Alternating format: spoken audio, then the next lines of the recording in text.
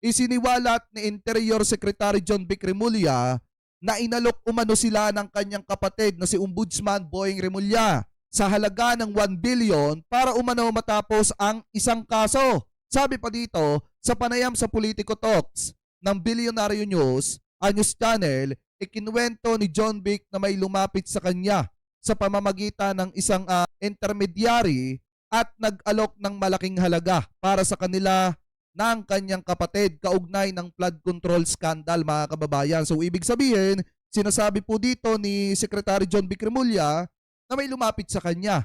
Inalok sila ng 1 billion pesos para po sa kanilang dalawang magkapatid. So para paghatian, mga kababayan, at alam naman po natin na kapag pinaghatian yan, nasa tigpa 500 million pesos yung dalawang magkapatid. Pero sabi pa dito, mga kababayan, ito daw yung pagkakasabi ni Secretary John Vic.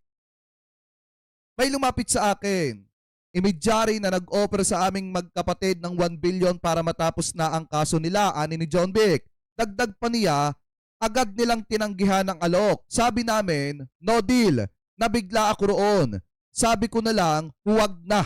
At eto pa daw, mga kababayan, hindi na tinukoy ng kalihim kung politiko o kongresista ang nag-alok sa kanila ng malaking halaga. Samantala, sinabi rin ni Secretary John Vic na umabot na sa mahigit 20 billion ang mga na-freeze na asset ng mga sangkot sa naturang iskandalo, mga kababayan.